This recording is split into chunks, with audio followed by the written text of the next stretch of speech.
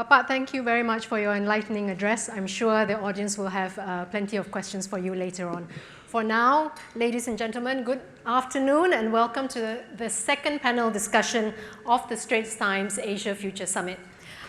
My name is Lim Eileen. I'm the Associate Foreign Editor at the Straits Times, and I'm your moderator for this session where we will be talking about ASEAN's youth and their influence on politics as well as the economies. So ASEAN defines youth as those aged between 15 and 35 years old. That obviously includes all of us here on this panel today. ASEAN's youth total over 220 million. They make up about a third of the region's population. But of course, this is not a homogeneous group. Here to shed light on this, on the different facets of ASEAN's youth are our panelists. So first of all, Pak Luhut needs no introduction at all, as he's the former coordinating minister for political, legal, and security affairs, as well as maritime affairs in Indonesia, and he's now chairman of the Dewan Economy Nasional. Dr. Shashi Jayakumar is executive director of SJK Geostrategic Advisory. He's also an expert on geopolitical as well as security issues in the region. And we also have the Straits Times correspondents. We have Tan Hui Yi, who is Indo-China Bureau Chief, as well as Shannon Teo, who is our Malaysia Bureau Chief. So to kick off, I will prevail on you again, Pak Luhut. In Indonesia's presidential election in February this year, more than half of the electorate were aged below 40. And we did find President Prabowo adopting this gemoy or cute online persona to wow these audiences. And he did so very, very successfully. But now is the time to roll up the sleeves and do the job. So if you could tell us a little bit about what are the projects and efforts that the new government has in store, particularly for young people, be it in terms of jobs, be it in terms of education, as well as their concerns about democracy. Can you share my slide, number 11, please? Thank you. I think if you look at this slide number 11, here that's about education. Human capital is very important for the government of Indonesia. And President Prabowo stated this many, many times. So that's the reason he said he make a program, special high school. Special high school that we selected the very talented people everywhere around the country, 44 the high school, special high school. Each high school consists of 200 students, the best of the best from that region. So that's, I think, very important. And then they provide like $10 billion endowment to send them undergrad to PhD overseas on STEM. This one is very important.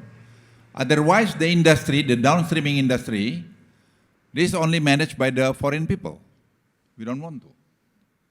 So we have to see the transformation, transfer of knowledge to the people of Indonesia. Now, how do we do it? We have to prepare the people of Indonesia. That's why, like in ITB, Institut Teknologi Bandung, this is Indonesian MIT, we don't have before Metallurgy Research Center. We have today one of the best outside of China, Metallurgy Research Center, because we have a lot of critical minerals. So we have to have this one. So the concrete action. So ongoing, under construction, this high school, I think, if I'm not mistaken, anytime next month. Yeah. And school starting, because there are existing special high school, we improved this one, but there's some of that we have to begin from groundbreaking. Okay, thank you, Pak Luhut. Since you've just come back from Beijing as well, so we were just wondering, were there any outcomes from your talks in China that would have benefits for the young people in Indonesia? Our relation with China is pretty good. For us, China, I should say, very strategic partner for Indonesia. And I still remember like 10 years ago, a lot of people pessimistic about our relation with China. They thought that China could control Indonesia. It's not that, just the other way around, I should say, because China lead us basically toward the right direction. So technology transfer, improve the quality of education, and we work together for the downstreaming industry. Right now we work together also on the seaweed program and genome sequencing program research in Lake Toba with Beijing Genomic Institute, with Xinjiang University, you name it. We make some leapfrog in some area with China today. People thought that China could control Indonesia. No, different. I think we are able to manage also our relation is the benefit both sides. Okay, thank you. Just still sticking to the subject of young voters, I'm just going to invite Hui Yi to talk a little bit about the progressive youth movement in Thailand at the elections this year as well. Obviously, the resulting government didn't quite reflect what took place at the ballot box. How do you see this moving forward for Thailand? For Thailand? Sorry, for Hui Yi to answer. Oh, sorry.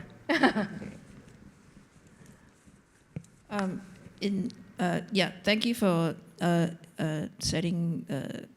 explaining what had happened in Thailand. Despite recent events in Thailand, if you're familiar with what happened, I would argue that the young people are actually setting the agenda for the politics there. Now, this point might be counterintuitive, right? If you look at what actually happened over the past year or so in Thailand, you had the Youth Progressive Parties, the Future Forward Party that was disbanded in 2020, and then Move Forward Party again was dissolved in 2024. You had potential prime ministers that were banned from politics, first Thanathorn and then Peter Limjaroenrat. Although Move Forward Party very quickly regrouped under the People's Party, its members of parliament could face court action that could actually lead to more of their members of parliament being banned from politics. We see few street protests now. People have no appetite to occupy the streets despite their dissatisfaction with what happened in parliament. The most prominent youth protest leaders are either in jail or they are facing multiple charges that could land them in jail. Some of the youth protest leaders are in exile, some as young as 18, 19 years old. But youth are the reason that the ruling Pheu Thai party made this unprecedented deal with the royalist pro-military parties after the 2023 election, right? We saw all the old elites turn around and realize that the Youth Progressive Party was the biggest threat to power. And that was the reason they decided to make a deal despite having gone through the past decade or so on opposite ends of the political spectrum. So I would say that regardless of how the laws are changed, how the rules of elections are tweaked, how many court rulings there are, the political elites in Thailand are constantly looking over their shoulder, trying to figure out how to keep the youth vote under control. And, it's a demographic reality, right? More and more young people will come of voting age each year. And I would say very honestly, if you walk down the streets of Thailand right now and ask a young person, say somebody 16 years upwards, and you ask them, who would you vote for, when you come of age? It's a no-brainer. They would choose a youth progressive party, whatever shape or form it comes in, right? That is the conundrum facing the political elites right now in Thailand. These young people want an overhaul of the system. They want an overhaul of the system that does not allow big family-run conglomerates to dominate the Thai economy. And this is the sentiment that any ruling party will have to deal with. This is a sentiment that the palace would have to deal with. I'll give you one example, right? Thailand legalized same-sex marriage quite recently. It's going to come into law, I think, sometime next year. So we know that the Youth Progressive Party, the Move Forward Party, was the main sponsor of this bill. They had put it out, and they had advocated for it in the streets as well as in Parliament.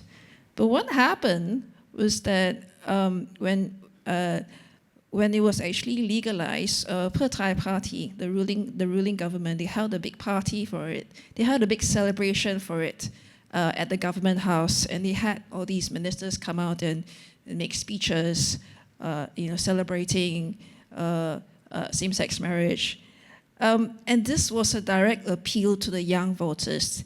They wanted to put it out there that we are speaking to you, we hear your concerns, and of course the other unspoken thing is please vote for us in the next election, right?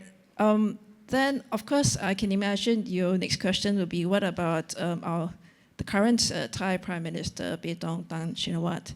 She is, after all, 38 years old, right? Some people say, well, she's youth, right? So the problem is she represents old power.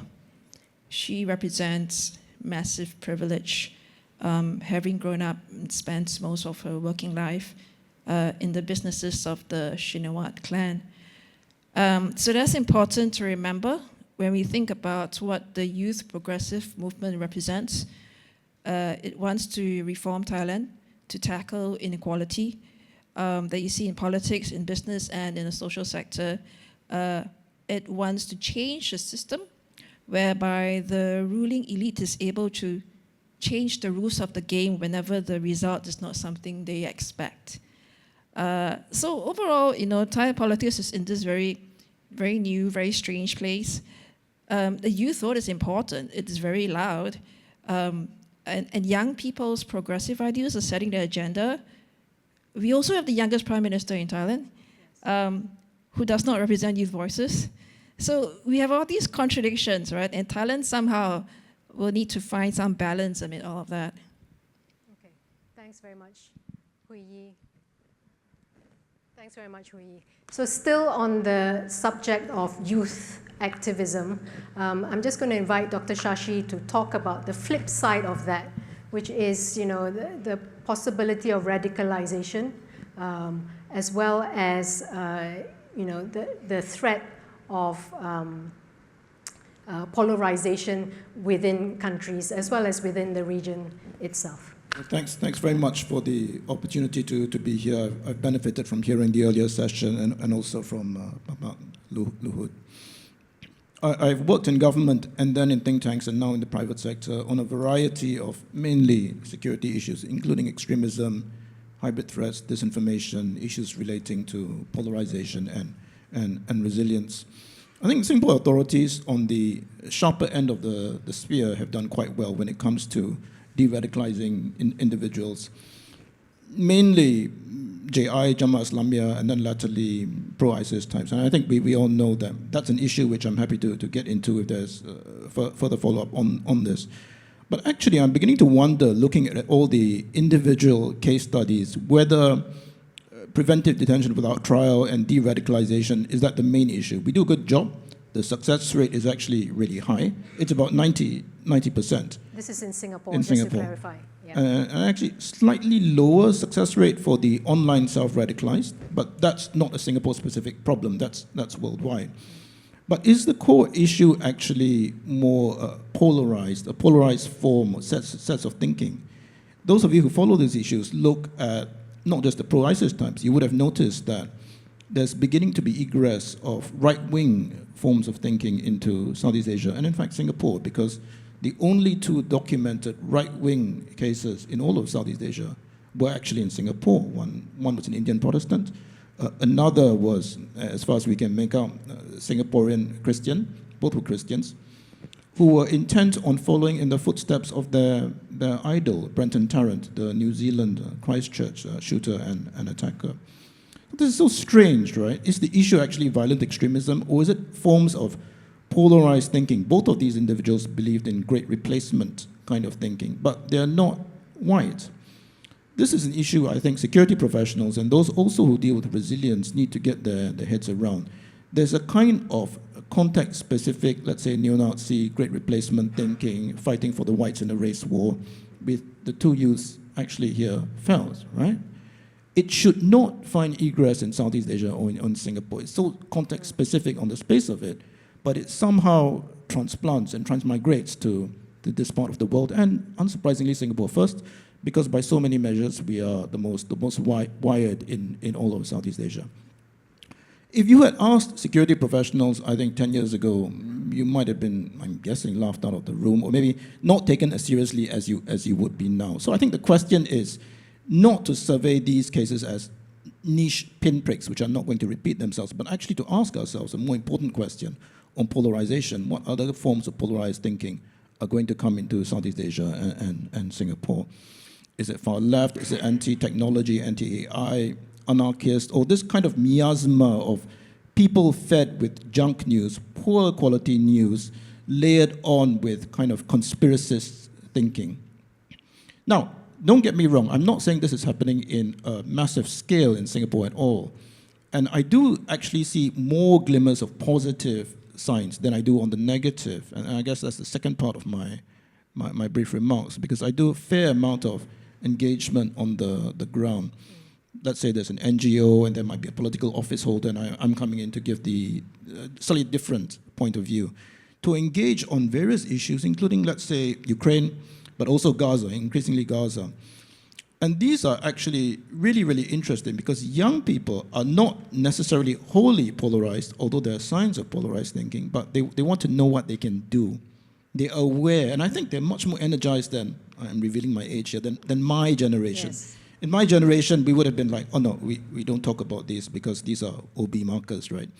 See, I'm again revealing my age, because in my time, OB markers were actually taken quite seriously. Yeah. You don't talk about sensitive, out of bounds. Actually, for bounds the markers. benefit of the international audience here, I think you need to explain a little bit what OB markers are Well, in the I'm Singapore context. drastically simplifying the issue here, but up to my time as a youth, sensitive issues on race, language, religion, those in particular, you could be talked about, but they were more the preserve of government. Government sets the tonality, the timbre of the discussion. But now, because of social media, which is certainly causative and also the accelerant, lots of people get to talk about these things, and the cat is out of the bag, and there's no way you can put the cat back in the bag. So I'm heartened by what I see, but there's also clearly some sort of, at the edges, exclusivist sharpening of identities. And these need to be managed. So I think this harks back to a couple of things. One which was made in the earlier session, including by Minister Chee Hong Tat, is trusted sources of information. And I'm not just saying this because I'm in a full of a room with Straits Times friends, and I'm not just saying this because of the Straits Times Forum, but in a time of crisis or deep uncertainty, people always come back to the mainstream news, right? Secondly, I think some sort of early interventions is going to be very, very important. Now, I know this is being tried. in schools. For example, we teach kids coding, AI, all very important. That should continue. But the ability to discern at a critical level and to impart critical thinking skills is going to be extremely important in an informationally compromised environment, which is going to get worse before it gets better. And within that, mind you, I'm not simply talking about media literacy, cyber hygiene, because the various agencies, let's face it, do a good job, and they make the attempt in and out of the classrooms. What I'm thinking about more is sort of imparting in an informationally compromised world where people use AI, generative AI. These means are democratized for good or for evil. You could use ChatGPT, get around the guardrails, and craft the playbook for a disinformation campaign. You can do that, and scholars have shown this. So imparting early on an ethical sense of what's right, what's wrong, what's kosher, and what you should not touch, even as we accept that the future generation growing up to be digital natives will have the entire spectrum at their disposal. But at least they have some basic moral overlay, moral understanding on the tools which will be at their disposal. And I think that's absolutely critical. Yeah. Thank you for that. Now we'll just turn to Shannon, who brings us the latest from Singapore's nearest neighbor, Malaysia.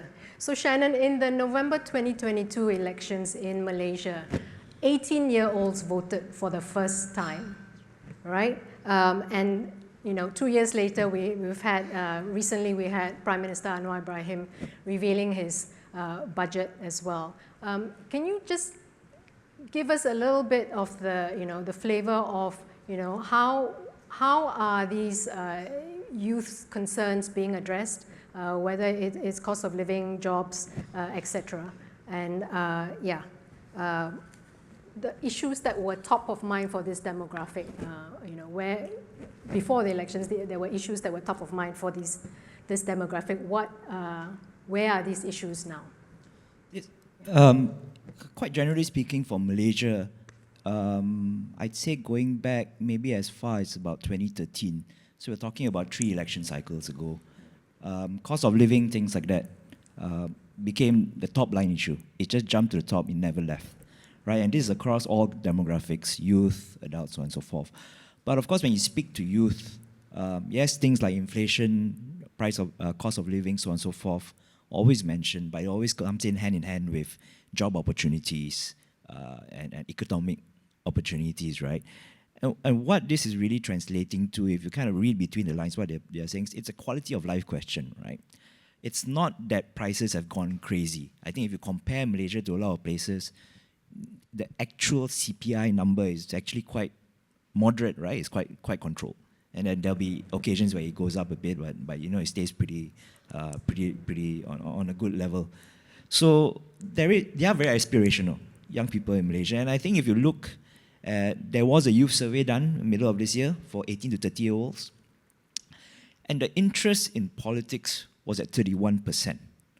Now, just at 2022, just before the election, it was over 50%. You go, and I think in fact, if you go, to 2022, it was at 64%. There's nearly 2/3 saying that, interested in politics. And it was the same in 2015. So for a very long chronological curve, youth were very interested in politics. They're not so interested, if 31 is less than half the number, right? So I think if you look at how, at least you look at the Anwar government and how they're approaching policy, right? It's a lot of it that is taking kind of political heat out. That's what they want to do, right? Whether it's talking about the various issues of race, religion, so on and so forth. And some of the methods might be unsavory, a lot of censorship that's going on right now. But what they're really trying to focus kind of general discourse on is on the economy. And if you look at the budget there and even various other policy statements, a lot of it is very distributive, talking about subsidies, who is benefiting more from subsidies, why we should retarget the subsidies back to people who really need them. There's a lot of this sort of, he doesn't use the term, but I think a lot of commenters use the term class warfare, right?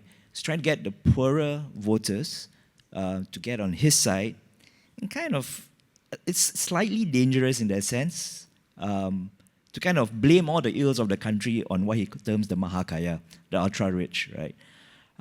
So I mean, time will tell whether this is a successful strategy.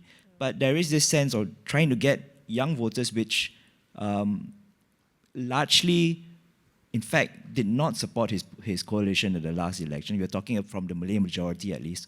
They were with the opposition. To try to get them to think in a different way about the policies of the country. Interesting thing about that survey, that youth survey, was also that even though 31% said they were not interested in politics, when you ask them, how do you get your information? They said, yeah, online, mostly social media, so on and so forth. What do you look for there? What is your interest there? 22% politics, 45% local current affairs. So I suppose what the government's narrative, Anwar's narrative here is, they're interested in local current affairs. So let's talk about local current affairs, let's talk about the economy, let's talk about subsidies.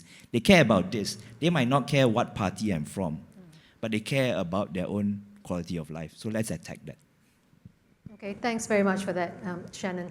We'll open the floor to questions in a minute. I just have one question which I think I would like to address to Pak Luhut as well as to Dr. Shashi. Not totally youth-related, I'm afraid. With the new Trump administration coming in, do you expect that if matters escalate in the South China Sea, as Indonesia saw recently in Natuna, yes, do you think that the Southeast Asian nations will be left to fend for themselves, or whether that you could still rely on the American government to step in? It's a bit of a provocative question, I'm afraid. A very provocative question. Well, I don't believe this is going to, something very sensitive, let's say war in the South China Sea, because nobody can get benefit of that. So, yeah, to some extent, maybe have issued here and there, it's possible. But to be open war is, my feeling, most unlikely. Simple reason, because a conventional war and nuke war is very thin border, So everybody don't want to see that happen.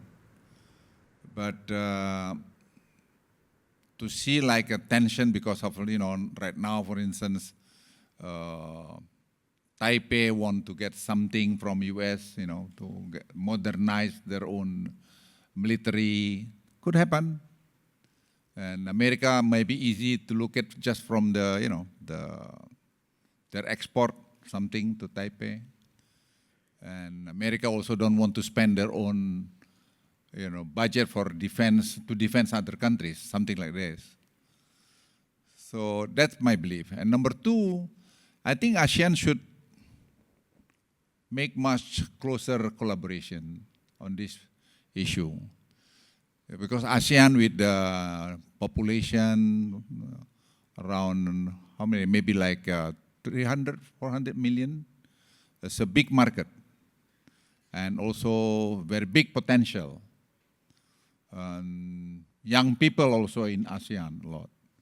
So if you are able to consolidate ASEAN, then we can, I think, have one voice, also facing the issue of South China Sea. That's why we are thinking also, why don't we see any possibility like South China Sea Council, like Arctic Council, Yeah, just to reduce tension over there. Maybe this kind of thinking, we should exercise, something like that, And like President Prabowo also proposed about joint study in this area. So basically for the benefit of the people. That's our view. But again, for me, ASEAN to be more solid in the near future is very, very important. We should understand, don't look at only for your own interests, but look at also ASEAN as a big market. And this is very, very important, I believe, yeah. Thank you, Pak Luhut. Dr. Shashi? I think from the US perspective, what Trump turns up, right? What kind of Trump turns up for whole slew of geopolitical flashpoints. There's Ukraine, where it may well be that Ukraine is going to be hung out to dry.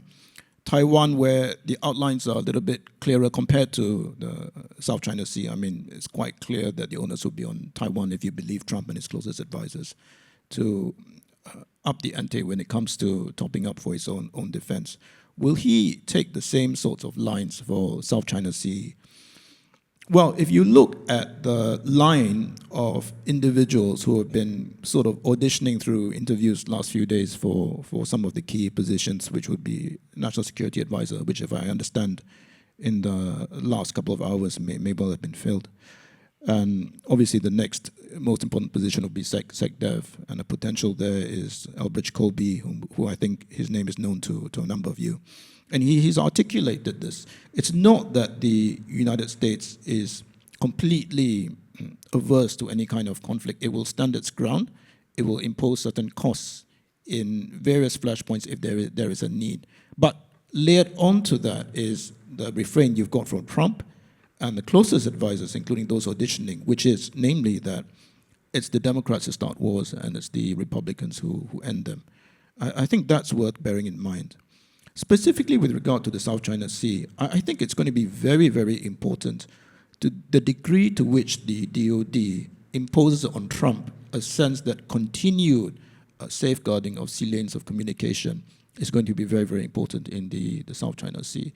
Personally and professionally speaking, I hope they do, because the alternative is this becomes one of a long list of things where the transactional Trump simply thinks he can simply deal with China and perhaps extract concessions on some other issue.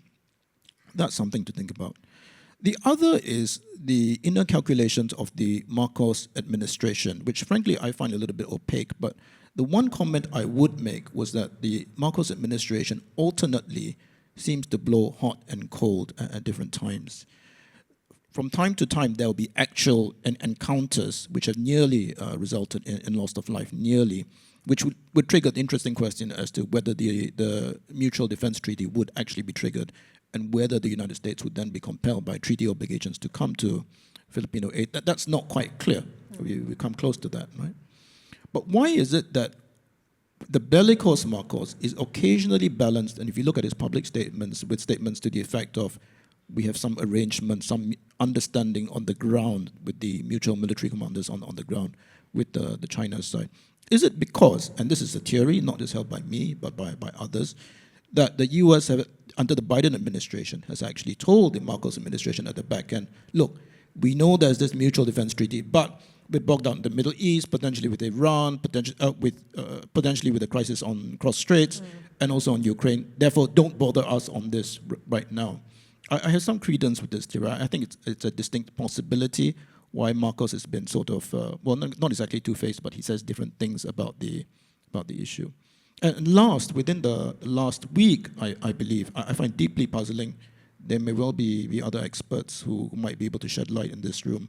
Why is it that a concrete offer by the United States to do joint patrols with the Filipino Navy for resupply has actually been turned down by, if we understand the reports correctly, by the Marcos administration? Is that because at the present point they've decided not to up the ante with the Chinese? So too early to tell, but these are some of my considerations. Thank you. That's very, very interesting.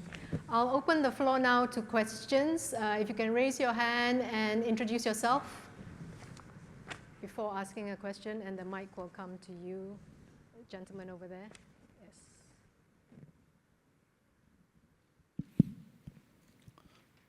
Thank you.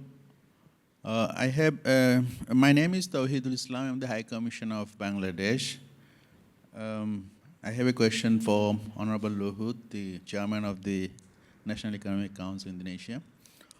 You have mentioned about the policy of the elite school to find out a group of elite students whom will be taught in the countries like USA, European Union, or Singapore for studying such as cloud computing, big data management, AI, or microchips industry, etc. And you have categorically mentioned not to study political science or anything like that, philosophy, literature, history. So the students who are not elite, do you have any policy for them? What they will do? What they will be ending up? And in our country, we have seen there is a revolution in recent time. It's not because of the development, but because of the fact that the result of the developments were not equally distributed to the society.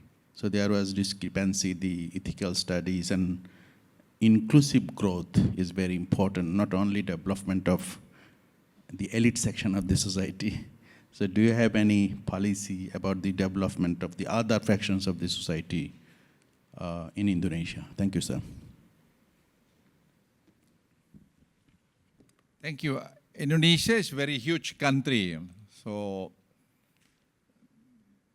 we'll try to look at one by one, to, I should say, region per region.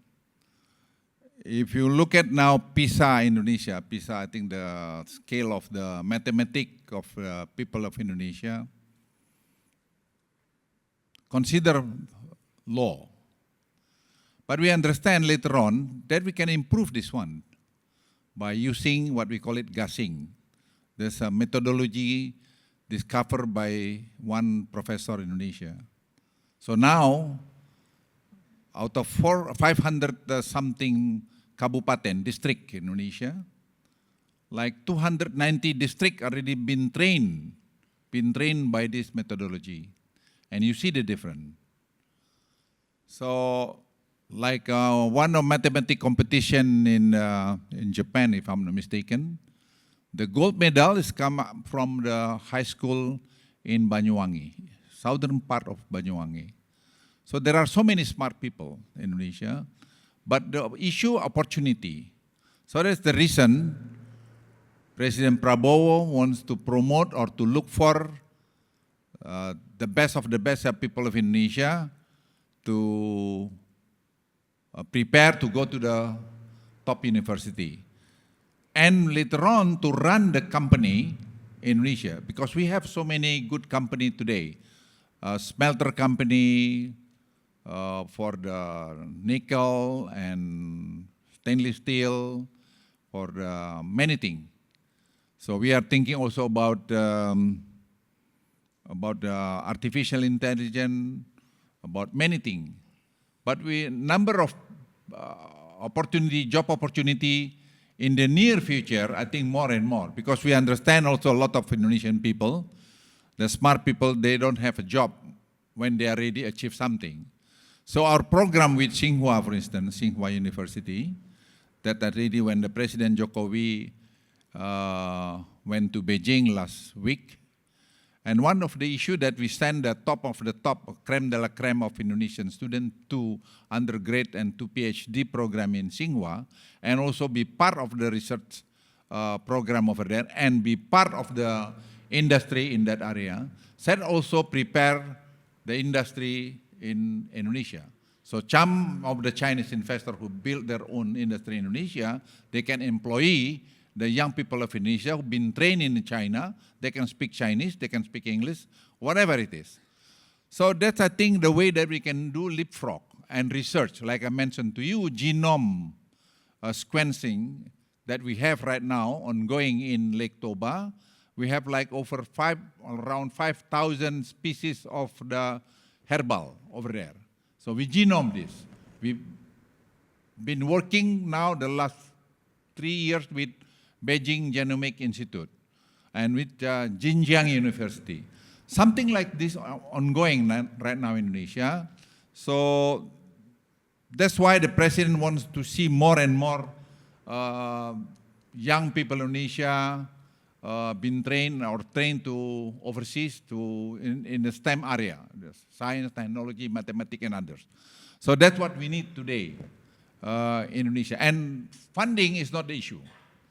Like my presentation before, we are more than 500 trillion rupiah to fund this issue, and we have each program right now 3 program LPDP, we call it the scholarship program, the 10 billion US dollars. So again, budget's no issue. If we manage this well, we manage this transparent, Indonesia is so rich, we can do many things.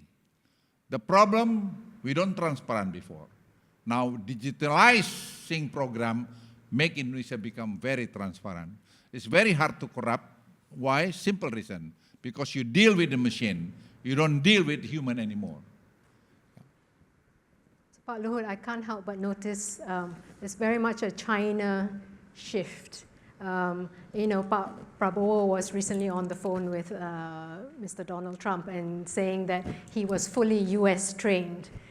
Well, it's true. I've been trained in US, and we went to US Army Special Forces train, and yeah, for us, as much as possible, friends is good. We don't need to have to create enemy. And President Prabowo and family, and yeah, most of the family have been trained in US. In my office, for instance, non-Chinese, none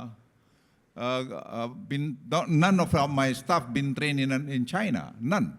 Most of them been trained in Chicago University, in Harvard, in Stanford, you name it. But we are very close with China. Now we understand China so open to us. So we send our people, the PhD program, to Beijing Genomic Institute.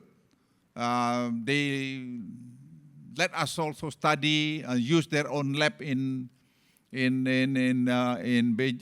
Genomic Institute in Shenzhen. So we open to them. Hey, look, we have nearly 5,000 species of herbal, one of the richest in Indonesia. So let's work together. We genome this one, we improve the yield, we improve also the quality. Maybe we can discover some medicine because of this. Something like this collaboration, I think, is very important. I understand, sorry, I'm not defending China. I don't see any intention China to do or make open war with anybody. They're focused to how do they manage their people. 1.4 billion is not a small country. How do you manage? How do you bring prosperity to that country? That's why I learned from China. Then I mentioned I explained also to President Prabowo, why should create, hostile, attitude to China or to any other country? We need them. They need us. So that's, I think, the spirit also in ASEAN. If I go back to ASEAN again, we should establish this kind of spirit. We need each other. We support each other. That's, I think, very important. Thank you, Pak Luhut. I think, Shannon, you will have to pass on the message to Malaysia as the next chair of ASEAN that this is on the agenda. Any other questions from the floor? Okay, if not, I believe Dr. Shashi has a question. Sorry, Pak Luhut, we are making you work very hard, but all the questions are for you. I do actually have a question for Pak Luhut, if you will indulge me. A number of us from Singapore followed the presidential campaign in Republic Indonesia quite closely. A masterful campaign by President Prabowo. And as you have already discussed, the softening of the image of President Prabowo, Gemoy and so on. Very, very interesting. And of course, but from my point of view, when I try to engage youth in Singapore here, quite often, and this is an issue from time to time in Singapore, when youth here tend to feel that the future, their future trajectories, may well be somewhere in the West, United States, or something like that. And I've always felt, and I don't think I'm the only one, clearly, felt it important for us, especially young people, to concentrate at least some attention on our closest neighbors, which are important, right? So from the personal point of view, also, I think there's a lack of understanding about what President Prabowo stands for. Of course, diplomatically, there'll be very good high-level contacts between Singapore and Indonesia, and we know that that's already ongoing.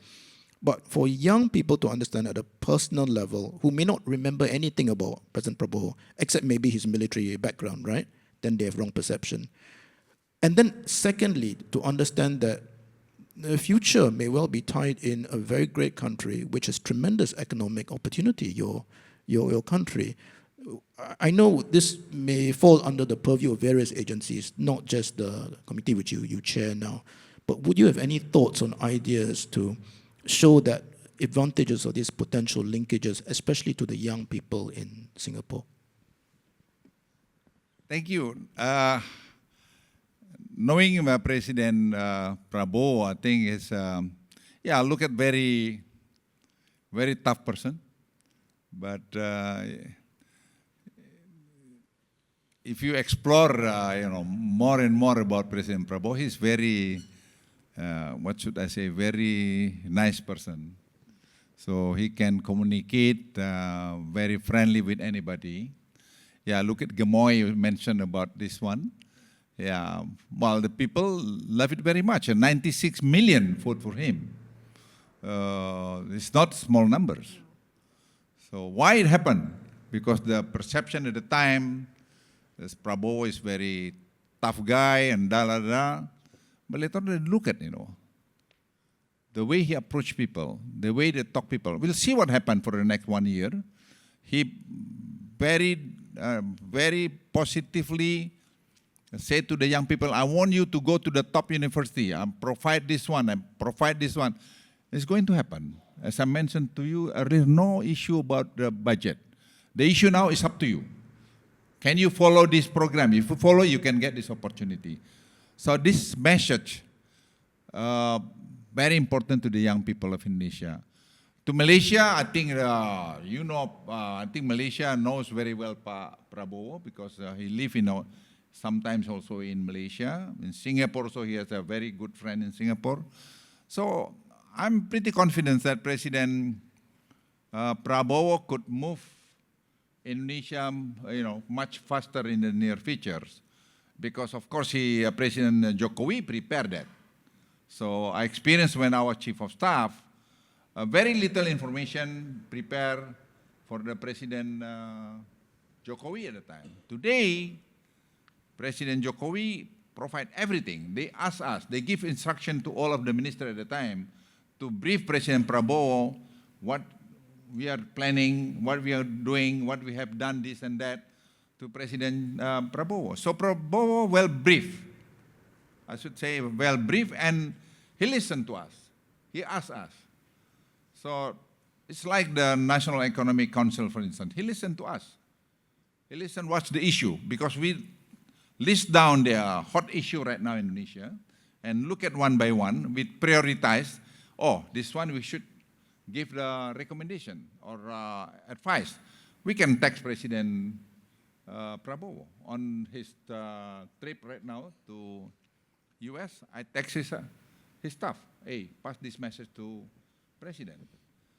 So something like this to young people of Malaysia or ASEAN in general, I think this can be a model, because I cannot imagine 96 million voters, and majority young people, young people of Indonesia. I don't know, maybe like 60%. Yeah. That's a lot.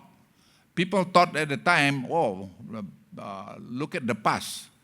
Well, his background military, have to be tough. If you are not tough to be military, forget it, So sometimes you have problem here and there, but in general, people look at, he delivered what he promised. That's, I think, very important. To be a good leader, you have to give a good example. No conflict of interest. You have to stand to defend the interest of the young people especially, and also the people in general. Thank you for that. Any other questions from the floor? Otherwise, okay. I just wanted to kind of do a quick round for the panelists before we close. If you can just, in 30 seconds, tell me, where do you see ASEAN's youth in 5 years' time? It can be from your own patch. You can just say Malaysia, Thailand, Indonesia if you want, or if you have a grand vision for ASEAN's youth in 5 years' time. So we'll start from the other end. So Shannon, you can go first. I don't get time to think about an answer. No.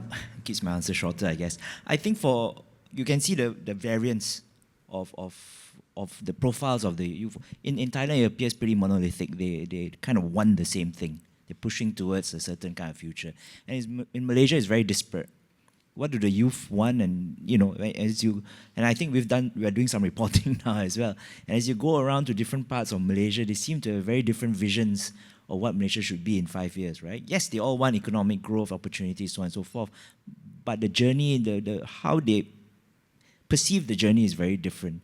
So I think it is quite exciting. And you, Pak Luhut, you brought up ASEAN a lot. I think that structure maybe needs to be strengthened, that kind of economic community, if we are to kind of look at ASEAN youth as a whole and where we can go together.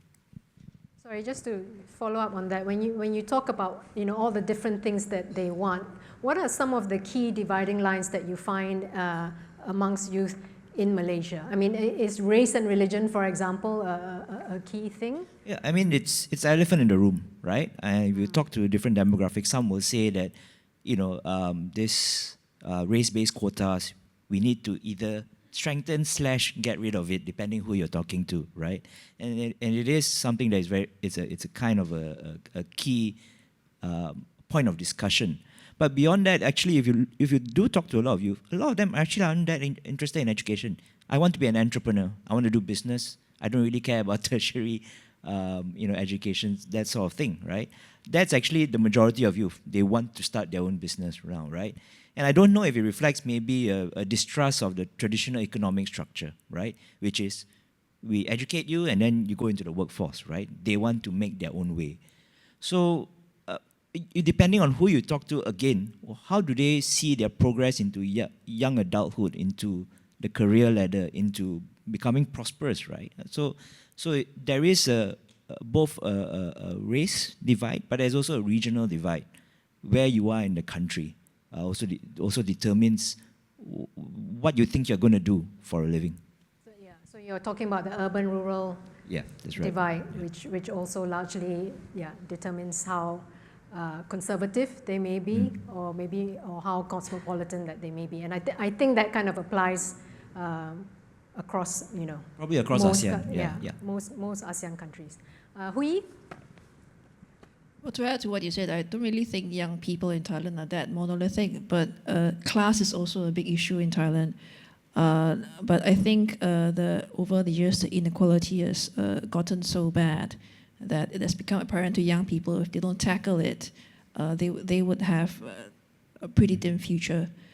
I want to take I know you said it's 30 seconds, but I want to take a bit of time to talk about Myanmar because that's also in my patch. The young people, unfortunately, in Myanmar are trying to leave Myanmar because of the conscription that's going on right now. If I could sum up what they're trying to do, they're actually trying to survive.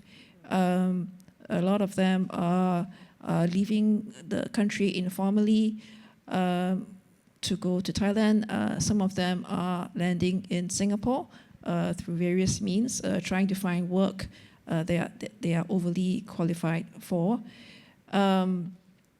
But in essence, I would say that their aspirations, as well as their creativity and resourcefulness, will determine what is going to happen in Myanmar, no matter where they land up in exile.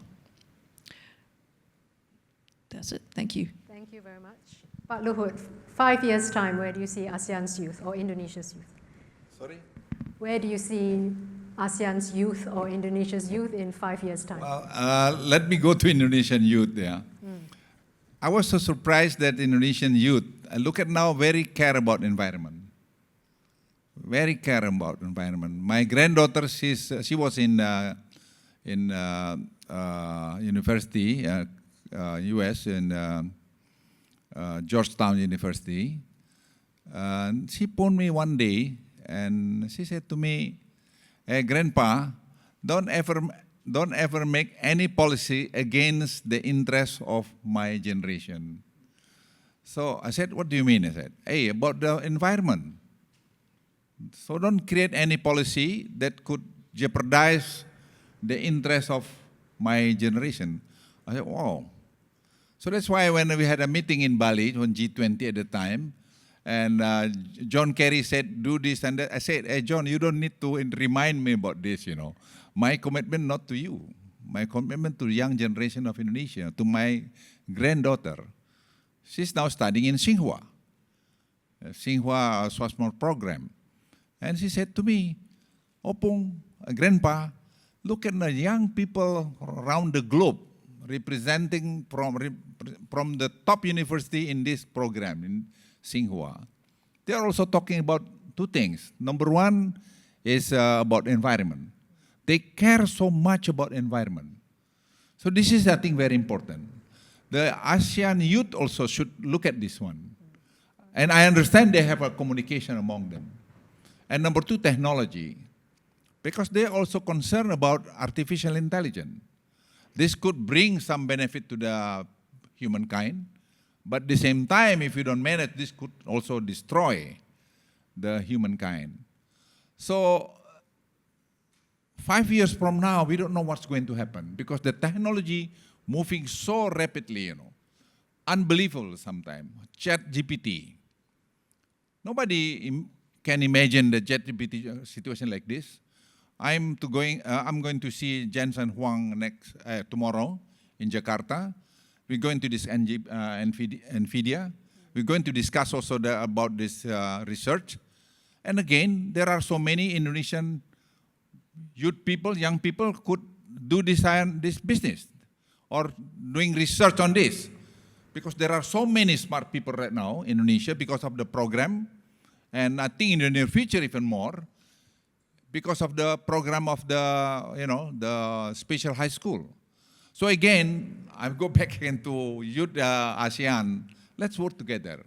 The leader among the leader in the ASEAN should work together to focus on this. Number one, about the environment, which is, I think, climate change is real.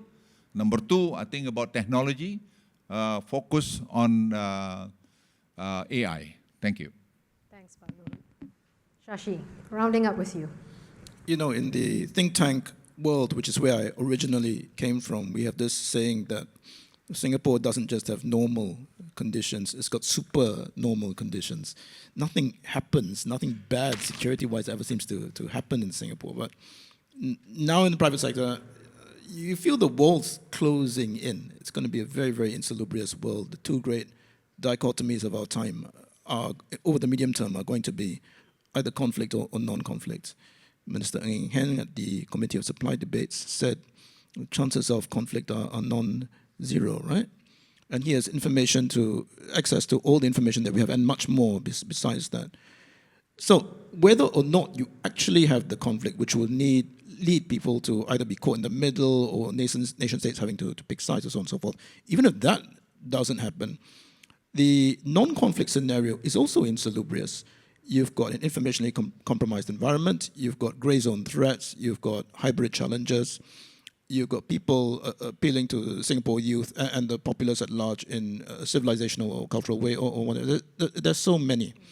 I think government will obviously have the key role, but its role, I think, increasingly will need to move in a direction where it sets the narrative limits of keeping us plural, cosmopolitan, diverse, and tolerant. And why do I say this? I think it's very much for the younger generation, those whom I come across in youth dialogues and engagements, to take it upon themselves. And there are various green shoots, either at an individual level or through smaller NGOs which come together, which actually are playing an increasing role at keeping what we hold dear, what we hold special, cohesive, plural, cosmopolitan Singapore at the forefront. I mean, just look at the various very complimentary things said by the UN Sec-Gen when he was here, Guterres, and also the Pope. I mean, they said different things, but it's almost making us out to be I wouldn't say beacon, they didn't use that word, but a paragon or exemplar of a tolerant, plural society. And of course, we have that because government has good policymakers and policies relating to cohesion and so on, but also because the rest of the world and the immediate region is in some ways becoming very, very insalubrious. So we're in for a rough ride. I hope you excuse the negativity because as a security person, I tend to be more of a glass half empty person than a glass half full person. But I think we do need to batten down the hatches. Yes, I disagree with you on it being an unoptimistic view from what you said, because from what I gather, what you're saying is the Singapore government has done a great job so far at maintaining this pluralistic society, and it will continue to do so as we go ahead. With that, thank you very much, our panel, for this interesting discussion today. If I can just get you to join in a round of applause for them. Thank you.